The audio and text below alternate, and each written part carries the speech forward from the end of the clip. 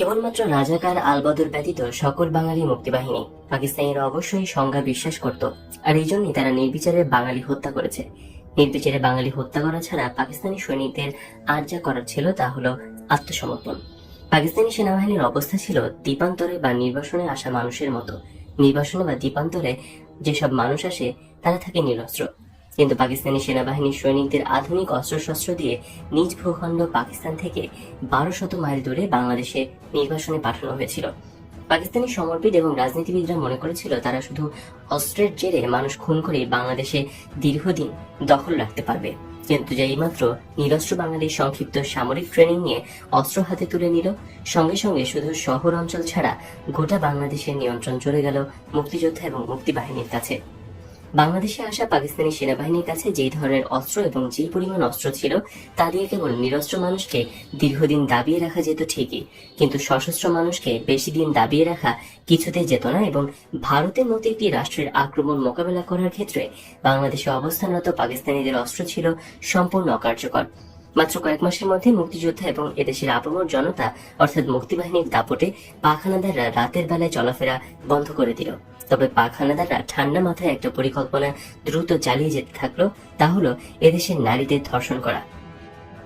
পাকিস্তানিদের নীল নকশায় ছিল এদেশের কিশোরী যুবতী রমণী নির্বিচারে ধর্ষণ করে তাদের পেটে পাকিস্তানিদের জারজ সন্তান তৈরি করা, বাঙালি নারীর গর্ভে পাকিস্তানি জারজ বংশধর বৃদ্ধি করা এবং পাকিস্তানি এই জারজদের দিয়ে বাংলাদেশকে চিরকাল দখল করে রাখা।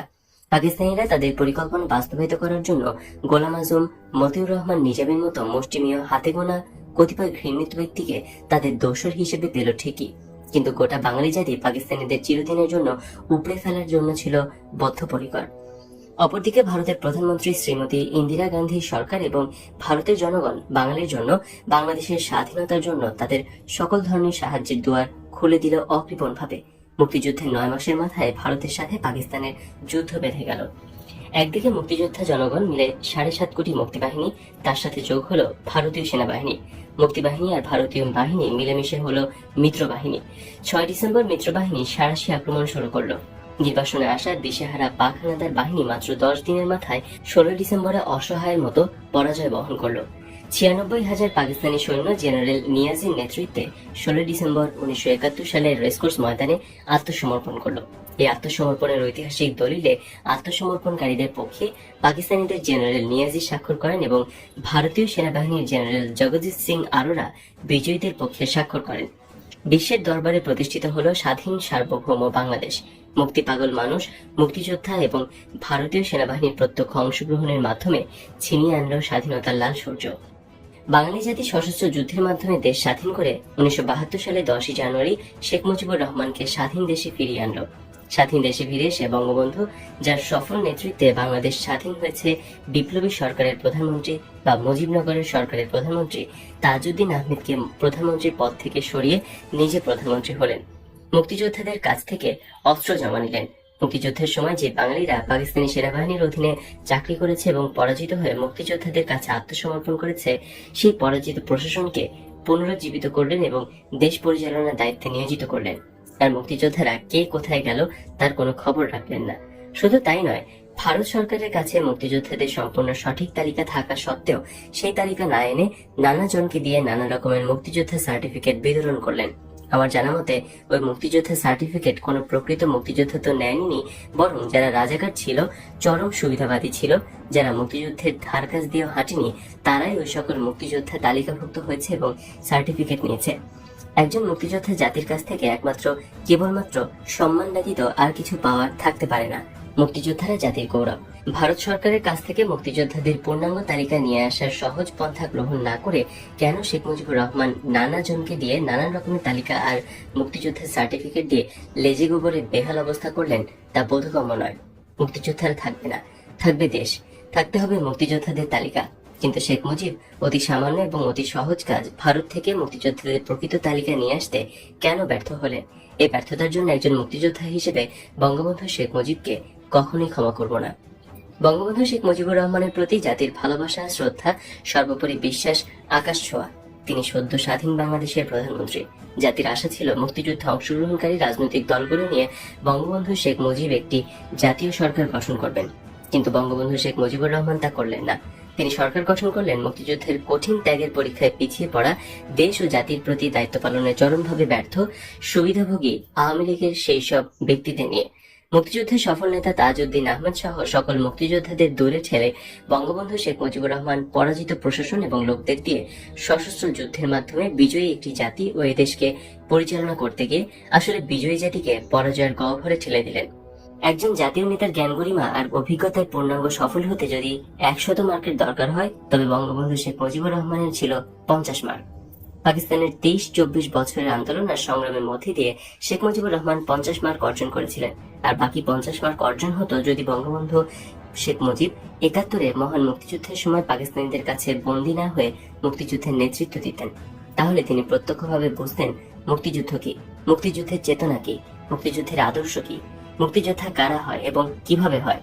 একটা জাতির জীবনে মুক্তিযুদ্ধ বারবার আসে না, জাতির জীবনে মুক্তিযুদ্ধ আসা বিরল ত্যাগের ব্যাপার। একমাত্র মুক্তিযুদ্ধের মাধ্যমে একটি জাতি দেহ মনে মাথা তুলে দাঁড়ায় এবং পুরনো ধ্যান ধারণা, পুরনো সকল ব্যবস্থা, সংকীর্ণ সকল চিন্তা ঝেড়ে ফেলে নতুন জাতি জন্ম নেয়। একমাত্র মুক্তিযুদ্ধের জীবনপণ কঠিন পরীক্ষার মাধ্যমে দেশ এবং জাতির সেবায় এগিয়ে আসে জাতির বীর সন্তানেরা, আর পিছনে পড়ে যায়, পালিয়ে যায় সুবিধাবাদী ভীরু কাপুরুষের দল। কেবল মুক্তিযুদ্ধের সময় পরিষ্কার চেনা যায় কারা সুবিধাভোগী ভীরু কাপুরুষ আর কারা ত্যাগী পুরুষ। কিন্তু জাতির দুর্ভাগ্য বঙ্গবন্ধু শেখ মুজিবের। বঙ্গবন্ধু শেখ মুজিবুর রহমান চিনলেন না, জানলেন না জাতির সাহসী ত্যাগী পুরুষদের। এখানে বঙ্গবন্ধু শেখ মুজিবের 50 মার্ক ঘাটতি থেকে গেল। শুধু 50 মার্ক নিয়ে তিনি দেশ চালাতে গেলেন।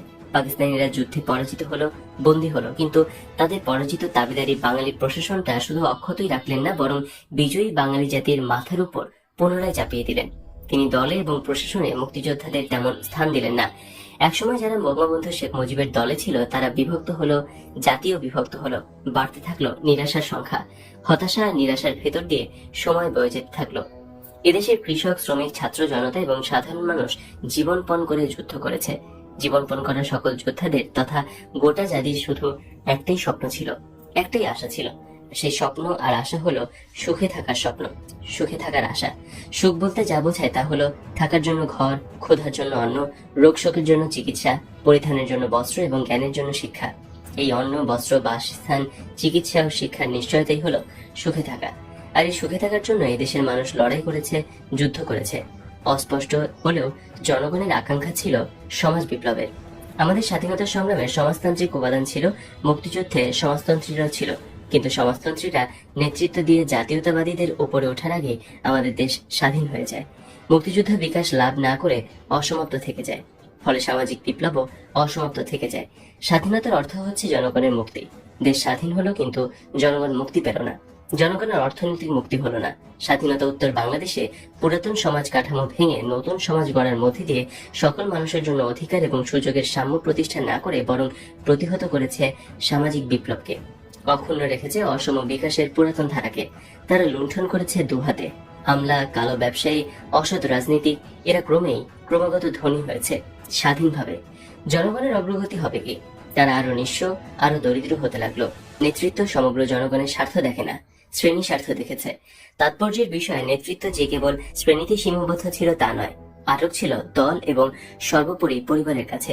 দেশে দুর্ভিক্ষ শুরু হলো, হাজার হাজার মানুষ না খেতে পেয়ে ক্ষুধায় মারা গেল। বৃদ্ধি পেল লুণ্ঠন এবং দুর্নীতি। শেখ মুজিবের নেতৃত্ব বিশ্বাসযোগ্যতা হারাতে লাগলো। অপরদিকে অসমাপ্ত সামাজিক বিপ্লবের বিপ্লবীরা পূর্ব বাংলার সর্বহারা পার্টির মহান নেতা কমরেড সিরাজ শিকদারের নেতৃত্বে তাদের সশস্ত্র বিপ্লবী তৎপরতা তীব্রতর করে তোলে। যুবকরা পূর্ব বাংলার সর্বহারা পার্টি জিন্দাবাদ, কমরেড সিরাজ শিকদার জিন্দাবাদ ধ্বনি দিয়ে দেশে ব্যাপক এক নতুন সংগ্রাম শুরু করে। এই সংগ্রামের নাম দেয় শ্রেণী সংগ্রাম। দলে দলে যুবকরা সিরাজ শিকদারের নেতৃত্বে এই সশস্ত্র সংগ্রামে যোগ দিতে থাকে। আদিকাল থেকে শিক্ষিত এবং ধনী পরিবারের সিরাজ শিকদার জন্মগ্রহণ করেন। সিরাজ শিকদার খুব মেধাবী ছাত্র ছিলেন এবং নিজে বিএসসি সিভিল ইঞ্জিনিয়ার ছিলেন। ছাত্র জীবনে তিনি বামপন্থী ছাত্র সংগঠন করতেন। শ্রেণী সংগ্রাম এবং সমাজ বিপ্লবের প্রয়োজনে কমরেড সিরাজ শিকদারের সশস্ত্র সংগ্রাম এতই ব্যাপক এবং তীব্র হলো যে শেখ মুজিবুর রহমানের প্রশাসন দিনকে দিন অচল হয়ে যেতে শুরু করলো। নির্যাতিত, নিপীড়িত, শোষিত বাঙালির হৃদয় কমরেড সিরাজ শিকদারকে ঘিরে নতুন করে স্বপ্নদানা বাঁধতে লাগলো। 1974 সালের 2রা জানুয়ারি সিরাজ শিকদার গ্রেপ্তার, পলায়নকালে পুলিশের গুলিতে নিহত, এই শিরোনামে দেশের সকল পত্রিকায় সংবাদ পরিবেশিত হলো। পুলিশের প্রেস নোটে বলা হলো, সিরাজ শিকদারকে গ্রেপ্তার করা হয়েছিল এবং সাভার রোড দিয়ে নিয়ে আসার সময় সিরাজ শিকদার পুলিশের ভ্যান গাড়ি থেকে লাফিয়ে পালিয়ে যাওয়ার চেষ্টা করেছিল। পুলিশ তখন গুলি করে আর সেই গুলিতে সিরাজ শিকদার নিহত হয়। কিন্তু অনুসন্ধান করে জানা যায় পুলিশের প্রেস নোট বানোয়াট। সিরাজ শিকদারকে গ্রেপ্তার করা হয় ঠিকই এবং গ্রেপ্তারের পর বিনা বিচারে বন্দী অবস্থায় গুলি করে হত্যা করা হয়। সিরাজ শিকদারের বুকে মোট 5টি গুলির চিহ্ন ছিল, যা সামনে থেকে করা হয়েছে। কেউ যদি পালাতে থাকে এবং পলায়ন পর ব্যক্তিকে যদি পেছন থেকে গুলি করা হয় তাহলে গুলি পিঠে বিদ্ধ হবে, কিন্তু সিরাজ শিকদারের বুকে বুলেট বিদ্ধ হয়েছিল। তিনি মেহনতি মানুষের মুক্তির জন্য, শোষকের শোষণ থেকে মানুষের মুক্তির জন্য ব্যক্তিগত সকল ভোগ বিলাস, সুযোগ সুবিধা বিসর্জন দিয়ে সর্বহারা শ্রেণীতে মিশে গেলেন। নির্যাতিত, নিপীড়িত, সর্বহারা মানুষের অধিকার প্রতিষ্ঠার জন্য ঘর সংসার, আত্মীয় পরিজন, আরামায়েশ ত্যাগ করে সমাজ বিপ্লবকে নিজেকে সম্পূর্ণভাবে উৎসর্গ করেছিলেন। মানুষের জন্য এমন উৎসর্গকৃত প্রাণ কমরেড সিরাজ শিকদারকে বিনা বিচারে বন্দী অবস্থায় নির্মমভাবে, নিষ্ঠুরভাবে হত্যা করার পর শেখ মুজিবুর রহমান পবিত্র পার্লামেন্টে দাঁড়িয়ে দম্ভের সাথে বললেন, আজ কোথায় সিরাজ শিকদার? এই ঘটনার পর শেখ মুজিবের দেশপ্রেম, মহানুভবতা এবং আইন ও বিচারের প্রতি শ্রদ্ধা প্রশ্নের সম্মুখীন হয়ে পড়ল। মানুষ ভাবতে লাগলো, শেখ মুজিব যদি একজন দেশপ্রেমিক হন, একজন বীর হন, একজন মহান নেতা হন, তাহলে কি করে আরেকজন দেশপ্রেমী এবং আরেকজন বীরকে, একজন সর্বত্যাগী মহান নেতাকে বিনা বিচারে বন্দিশালায় গুলি করে হত্যা করতে পারলেন?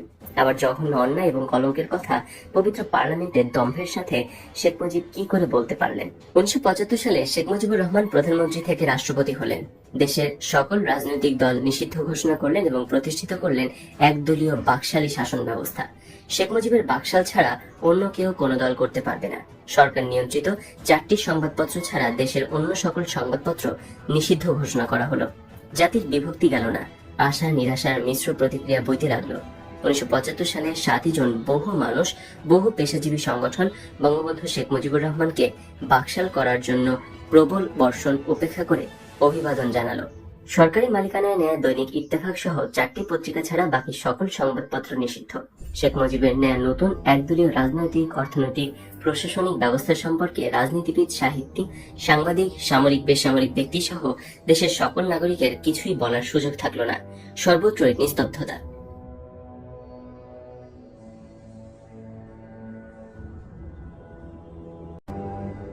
আগস্ট 1975 সাল। ফজরের আজানের পর কাঠ ঢাকা ভরে রেডিওতে মেজর ডালিমের কণ্ঠ। আমি মেজর ডালিম বলছি। স্বৈরাচারী শেখ মুজিবকে হত্যা করা হয়েছে। সেনাবাহিনী ক্ষমতা দখল করেছে। অনির্দিষ্টকালের জন্য কারফিউ ঘোষণা করা হয়েছে। এরপর দ্বিতীয়বার ঘোষণা করা হলো শেখ মুজিব এবং তার স্বৈরাচারী সরকারকে উৎখাত করে খন্দকার মোশতাক আহমেদের নেতৃত্বে সামরিক বাহিনী ক্ষমতা দখল করেছে এবং কারফিউ জারি করা হয়েছে। সহকর্মী হিসেবে শেখ মুজিব যাদের দীর্ঘদিন কাছে এবং পাশে রেখেছেন, সেই সকল আওয়ামী লীগের নেতারা নীরব এবং নিশ্চুপ থেকেছেন। সামান্য সংখ্যক কিছু ছাত্রলীগের তরুণ নেতৃস্থানীয় কর্মীরা আওয়ামী লীগের নেতাদের সাথে যোগাযোগ করলে তারা সবাই চুপচাপ থাকার এবং অপেক্ষা করার ও দেখা করার পরামর্শ ও নির্দেশ দেন। নেতাদের ইংরেজিতে একটা কমন ডায়লগ ছিল, যা কোনো কোনো ক্ষেত্রে নির্দেশ হিসেবেও মান্য করা হয়েছে। এই ডায়লগটি হলো, ওয়েট এন্ড সি। 75-এর 15 আগস্ট শেখ মুজিব হত্যার পর আওয়ামী নেতাদের ওয়েট এন্ড সি এর রাজনীতি শুরু হয়। ছাত্র নেতাকর্মীদের খুব সামান্য একটি অংশ ওয়েট এন্ড সি রাজনীতি প্রত্যাখ্যান করে অনুল্লেখযোগ্য কর্মতৎপরতা শুরু করে এবং তৎপরতা মূলত ঢাকা বিশ্ববিদ্যালয়ে সীমাবদ্ধ থাকে। এই কর্মতৎপরতায় অংশগ্রহণকারীদের মধ্যে উল্লেখযোগ্য ছিলেন বর্তমান কমিউনিস্ট পার্টির সাধারণ সম্পাদক মুজাহিদুল ইসলাম সেলিম। 15 আগস্ট শেখ মুজিবুর রহমানকে হত্যার পর হত্যার সমর্থনে আনন্দ উল্লাস করে রাজপথে কোনো মিছিল হয়নি। আবার হত্যার বিপক্ষেও কোনো শোকসভা, শোক মিছিল এবং প্রতিবাদ মিছিল হয়নি। বলা যায় শেখ মুজিব হত্যাকাণ্ডের পেছনে প্রায় সকল সামরিক এবং বেসামরিক নেতৃত্ব সমর্থন জুগিয়েছিল। অন্তত এই কথা সহজেই বলা যাবে যে সকলে নীরবে এই হত্যা মেনে নিয়েছিল, কেবলমাত্র ব্যতিক্রম কাদের সিদ্দিকী ছাড়া। মুক্তিযুদ্ধের কিংবদন্তি কাদের সিদ্দিকী শেখ মুজিব হত্যার প্রতিবাদে 1971-এর মুক্তিযুদ্ধের ন্যায় আবারও সশস্ত্র যুদ্ধ শুরু করে। শেখ মুজিব হত্যাকাণ্ডের পর আওয়ামী লীগের নেতারা এবং শেখ মুজিবের মন্ত্রিসভার সদস্যরাই খন্দকার মোশতাক আহমেদের নেতৃত্বে মন্ত্রিসভা গঠন করে। খন্দকার মোশতাক আহমেদ শেখ মুজিবের স্থলাভিষিক্ত হন। খন্দকার মোশতাক আহমেদ ছিলেন শেখ মুজিবুর রহমানের মন্ত্রিসভার বাণিজ্য মন্ত্রী। বাণিজ্য মন্ত্রী খন্দকার মোশতাক আহমেদের রাষ্ট্রপতি হওয়ার সাংবিধানিক কোনো বৈধতা ছিল না। খন্দকার মোশতাকের রাষ্ট্রপতি হওয়ার সাংবিধানিকভাবে সম্পূর্ণ অবৈধ ছিল। তবুও দেশের নতুন রাষ্ট্রপতি হন খন্দকার মোশতাক আহমেদ এবং খন্দকার মোশতাক আহমেদের নেতৃত্বে মন্ত্রিসভায় যোগদান করেন বর্তমান শেখ হাসিনার মন্ত্রিসভার সদস্য আবুল হাসান চৌধুরীর পিতা সাবেক রাষ্ট্রপতি আবু সাইদ চৌধুরী। শেখ হাসিনার আওয়ামী লীগ সভাপতি মণ্ডলীর সদস্য এবং এমপি আব্দুল মান্নান সহ শেখ মুজিবের মন্ত্রিসভার অনেক মন্ত্রীও। খন্দকার মোশতাক আহমেদের রাষ্ট্রপতি হওয়ার সাংবিধানিকভাবে কোনো বৈধতা না থাকা সত্ত্বেও অবৈধভাবে খন্দকার মোশতাক আহমেদকে রাষ্ট্রপতি হিসেবে শপথ বাক্য পাঠ করান সুপ্রিম কোর্টের অস্থায়ী প্রধান বিচারপতি এবি মাহমুদ হোসেন। এছাড়া মুক্তিযুদ্ধের বীর সেনানী বঙ্গবীর জেনারেল MAG ওসমানী খন্দকার মোশতাকের সামরিক উপদেষ্টা হন। 15 আগস্ট সকাল 9টায় তৎকালীন সেনাবাহিনী প্রধান শেখ হাসিনা দলের বর্তমান এমপি মেজর জেনারেল শফিউল্লাহ সেনাবাহিনীর প্রধান হিসেবে খন্দকার মোশতাক আহমেদের প্রতি আনুগত্য প্রকাশ করে রেডিওতে ভাষণ দেন। এরপর আনুগত্য প্রকাশ করে রেডিওতে ভাষণ দেন বিমান বাহিনীর প্রধান শেখ হাসিনার বর্তমান বিতর্কিত এমপি AK খন্দকার, নৌবাহিনীর প্রধান অ্যাডমিরাল MH খান এবং BTR ও পুলিশ প্রধানগণ। নতুন রাষ্ট্রপতি হিসেবে খন্দকার মোশতাক আহমেদ পার্লামেন্ট মেম্বারদের সভা ডাকেন। এই সভায় যোগদান করা থেকে বিরত রাখার জন্য ছাত্রনেতা নিহত সৈয়দ নুরুল ইসলাম নুরুর নেতৃত্বে ছাত্রলীগের হাতে গোনা কয়েকজন কর্মী জোর চেষ্টা এবং তদবির চালালেও আওয়ামী লীগের প্রায় সকল এমপি উক্ত সভায় যোগদান করেন। অপরদিকে বিখ্যাত মুক্তিযোদ্ধা বঙ্গবীর আব্দুল কাদের সিদ্দিকী বীর উত্তম তার জনা 50-এর সাথী সহ সীমান্ত এলাকায় অবস্থান নিয়ে খন্দকার মোশতাক আহমেদের সরকারের বিরুদ্ধে সশস্ত্র যুদ্ধ শুরু করলে ছাত্রনেতা সৈয়দ নুরুল ইসলাম নুরু তার কয়েকজন সঙ্গী নিয়ে বৃহত্তম ময়মনসিংহ এবং বৃহত্তম সিলেট জেলায় সীমান্ত অঞ্চলে কাদের সিদ্দিকীর নেতৃত্বে গড়ে ওঠা সংগঠন জাতীয় মুক্তি বাহিনীতে যোগ দেন। ডাকসুর সাবেক ভিপি মোজাহিদুল ইসলাম সেলিম, ইসমত কাদির গামা, রবিউল আলম চৌধুরী অর্থাৎ বর্তমান সরকারি আমলা এবং শেখ হাসিনার PS মুক্তাদির চৌধুরী, এদের নেতৃত্বে মাত্র শখানেক ছাত্রনেতা এবং কর্মী ঢাকা বিশ্ববিদ্যালয়ের রাজনৈতিক কর্মতৎপরতা শুরু করলে এই কর্মতৎপরতা প্রতিহত করার জন্য জাসদ ছাত্রলীগ প্রবলভাবে সক্রিয় হয়ে ওঠে। 1975 সালের অক্টোবর মাসের শেষের দিকে ছাত্রলীগের এই মুষ্টিমেয় নেতাকর্মী মিলে সিদ্ধান্ত নিল 4 নভেম্বর 1975 ধানমন্ডি 32 নম্বরে বঙ্গবন্ধু শেখ মুজিবুর রহমানের বাসভবনে মৌন মিছিল করে যাওয়া হবে। 4 নভেম্বর মৌন মিছিল সফল করে তোলার জন্য ঢাকা বিশ্ববিদ্যালয় এবং ঢাকা শহরের গোপন বৈঠক চলতে লাগলো। 2 নভেম্বর দিবাগত রাতে অর্থাৎ 3 নভেম্বর প্রত্যুষে দেশের দ্বিতীয় সামরিক অভ্যুত্থান ঘটল। 3 নভেম্বর সকালে সোভিয়েত রাশিয়া নির্মিত বোমারু বিমান MiG-21 আকাশে উড়ল এবং খুবই নিচ দিয়ে ঘন ঘন মহড়া দিতে লাগলো।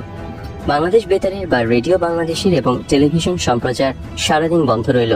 বোমারু বিমানের নিচ দিয়ে ঘন ঘন মহড়া দেয় এবং রেডিও বন্ধ থাকায় দেশে যে দ্বিতীয়বার সামরিক অভ্যুত্থান হয়েছে এটা স্পষ্ট বোঝা গেল এবং এটাও সুস্পষ্ট বোঝা গেল যে এই দ্বিতীয় সামরিক অভ্যুত্থানের জয় পরাজয়ের কোনো নিশ্চিত ফলাফল এখনো হয়নি।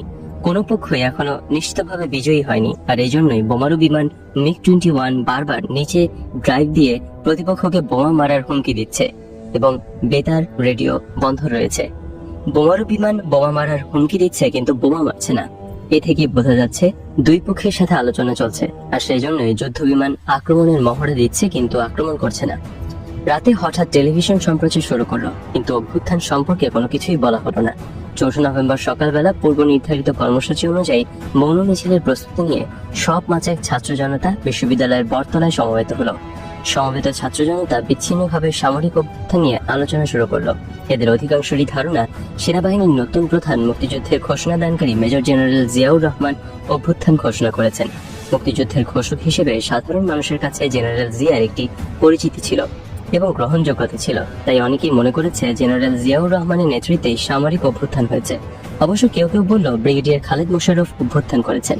অভ্যুত্থানের নেতৃত্ব কে দিয়েছেন তা পুরোপুরি নিশ্চিত না হওয়া গেলেও একটা বিষয় নিশ্চিত হওয়া গেছে যে 15 আগস্টে অভ্যুত্থান করে শেখ মুজিবকে যারা হত্যা করেছে তারা এখন আর ক্ষমতায় নেই এবং তারা দেশ ত্যাগ করেছে। ইতিমধ্যে আরো কয়েক শত লোক সমাবেশে যোগ দিয়েছে। 700 লোক নিয়ে মৌন মিছিল শুরু হলো। মৌন মিছিল ধানমন্ডি 25 নম্বর সড়কে বঙ্গবন্ধু শেখ মুজিবুর রহমানের বাসভবন অভিমুখে যাত্রা করলো। পলাশীর মোড়ে পুলিশ প্রথম বাধা দিল। পুলিশ বলছে মিছিল নিষিদ্ধ, আপনারা মিছিল করবেন না।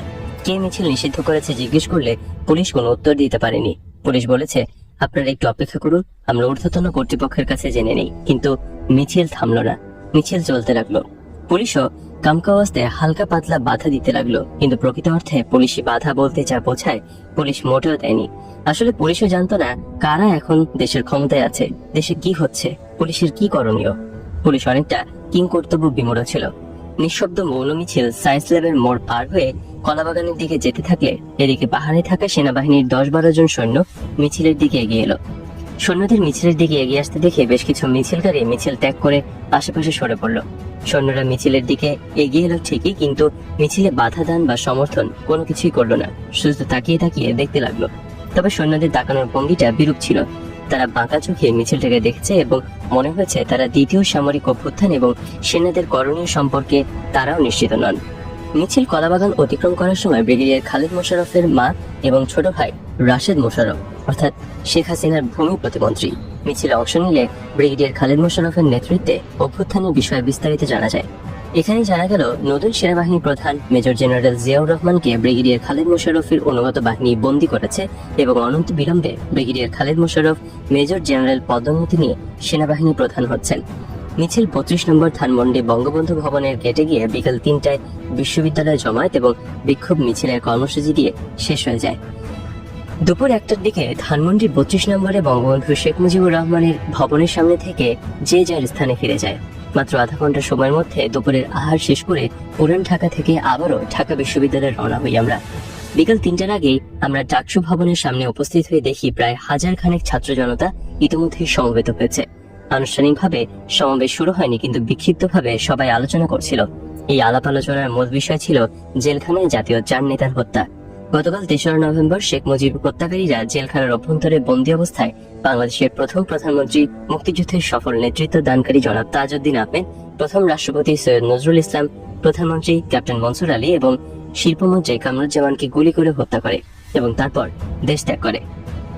ডাকসুর সাবেক ভিপি, বর্তমান কমিউনিস্ট পার্টির সাধারণ সম্পাদক মুজাহিদুল ইসলাম সেলিম, ইসমত কাদির গামা সংক্ষিপ্ত এবং বিক্ষিপ্ত বক্তৃতার পর মিছিল শুরু হলো।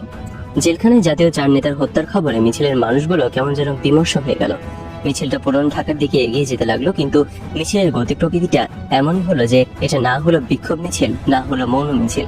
মিছিলটা পুরাতন শহর দিয়ে নাজিমউদ্দিন রোডের সেন্ট্রাল জেলের সামনে দিয়ে সন্ধ্যার দিকে ঢাকা বিশ্ববিদ্যালয়ের জহিরুল হক হলের মাঠে এসে শেষ হলো। এখানে মুজাহিদুল ইসলাম সেলিম আগামী 5ই নভেম্বর শোকসভার কর্মসূচি ঘোষণা করে পাড়া মহল্লায় মিছিল এবং পথসভা করার নির্দেশ দিলেন। এর আগে বিকাল 3টার দিকে সোহরাওয়ার্দী উদ্যানের পশ্চিম কোণে 3 নেতার মাজারের সামনে জাতীয় 4 নেতাকে দাফন করার জন্য কবর খোঁড়া হলো, কিন্তু শেষ পর্যন্ত পুলিশের বাধার জন্য জাতীয় 4 নেতাকে এখানে কবর দেয়া গেল না। আমরা 10-11 জন মিছিল করতে করতে পুরাতন শহরে আমাদের মহল্লায় ফিরে এলাম। তখন 8টা হবে, রাত। মহলে এসে পরিচিত মাইকের দোকান থেকে মাইক এবং গ্যারেজ থেকে এসে নিয়ে মাইক বেঁধে মিছিল এবং পথসভা করতে লাগলাম। পথসভা এবং মিছিলে জাতীয় 4 নেতার হত্যার প্রতিবাদে আগামীকাল শোক সভার ঘোষণা দিতে থাকলাম। পথসভা এবং মিছিলে জনতা তো অংশগ্রহণ করলোই না, এমনকি আওয়ামী লীগের নেতাকর্মীরাও অংশগ্রহণ করলো না। আমরা 10-11 জন ছাত্র নেতাকর্মী সারাটা পুরাতন শহরের যতটা এলাকা সম্ভব মিছিল আর পথসভা করতে লাগলাম। রাত 11টার দিকে শ্যামবাজার এলাকায় মিছিল নিয়ে এলে সূত্রাপুর থানার পুলিশ রাস্তার 2 দিক থেকে ঘেরাও করে আমাদের বেধড়ক লাঠিপেটা করে রিকশা এবং মাইক ছিনিয়ে নিয়ে যায়। পুলিশের এই হামলায় গুরুতর আহত হয় ছাত্র ইউনিয়ন নেতা, বর্তমানে সরকারি আমলা খন্দকার শওকত হোসেন জুলিয়াস এবং কবি নজরুল সরকারি কলেজের তুখোড় ছাত্র নেতা, সৎ ও প্রতিবাদী ব্যক্তিত্ব, বিএনপি সরকার কর্তৃক মনোনীত 79 নং ওয়ার্ড চেয়ারম্যান, বর্তমানে জাতীয়তাবাদী দল 79 নং ওয়ার্ড সভাপতি জননেতা মোহাম্মদ ফরিদ উদ্দিন। আমরা সবাই পালিয়ে গেলাম। রাতে কেউই বাসায় থাকলাম না, কিন্তু রিক্সাওয়ালা, রিক্সার মালিক, মাইকওয়ালা এরা সবাই আমার বাসায় এসে রিক্সা আর মাইক দাবি করে বসে। পরদিন সকালে টাকা পয়সা দিয়ে থানায় লোক পাঠানো হলো রিক্সা আর মাইক ছড়ানোর জন্য, কিন্তু থানা পুলিশ কিছুতেই মাইক আর রিক্সা ছাড়ল না। 3রা নভেম্বর ব্রিগেডিয়ার খালিদ মোশাররফের নেতৃত্বে সংগঠিত দ্বিতীয় সামরিক অভ্যুত্থানে বঙ্গবন্ধু শেখ মুজিবুর রহমানের হত্যাকারীরা দেশ থেকে পালিয়ে গেল, যার নেতৃত্বে মুজিবুর রহমানকে হত্যা করা হলো এবং যিনি সংবিধান বহির্ভূত অবৈধ পন্থায় দেশের রাষ্ট্রপতি হয়ে বসলেন, সেই খন্দকার মোশতাক আহমেদ ঠিকই রাষ্ট্রপতি পদে বহাল থাকলেন। 15 আগস্ট সকালে বাংলাদেশের রাষ্ট্রপতি বঙ্গবন্ধু শেখ মুজিবুর রহমানকে হত্যা করে সংবিধান বহির্ভূত পন্থায় সম্পূর্ণ অবৈধভাবে রাষ্ট্রপতি হয়ে বসা খন্দকার মোশতাক আহমেদকে রাষ্ট্রপতি হিসেবে শপথ বাক্য পাঠ করান বাংলাদেশ সুপ্রিম কোর্টের তৎকালীন অস্থায়ী প্রধান বিচারপতি এ বি মাহমুদ হোসেন। সংবিধান বহির্ভূত পন্থায় রাষ্ট্রপতি পদে অধিষ্ঠিত খন্দকার মোশতাক আহমেদের কাছ থেকে 5ই নভেম্বর 1975-এ ব্রিগেডিয়ার খালেদ মোশাররফ পদোন্নতি নিয়ে মেজর জেনারেল হন এবং সেই থেকে মুক্তিযুদ্ধের ঘোষক মেজর জেনারেল জিয়াউর রহমানকে সেনাবাহিনীর পদ থেকে সরিয়ে দিয়ে নিজেই সেনাবাহিনী প্রধান পদে অধিষ্ঠিত হন। বিমান বাহিনী এবং নৌবাহিনী প্রধানগণ খালেদ মোশাররফকে মেজর জেনারেল এবং সেনাবাহিনী প্রধানের ব্যাজ পরিয়ে দিচ্ছেন, এই ছবি পত্রিকায় প্রকাশিত হয়।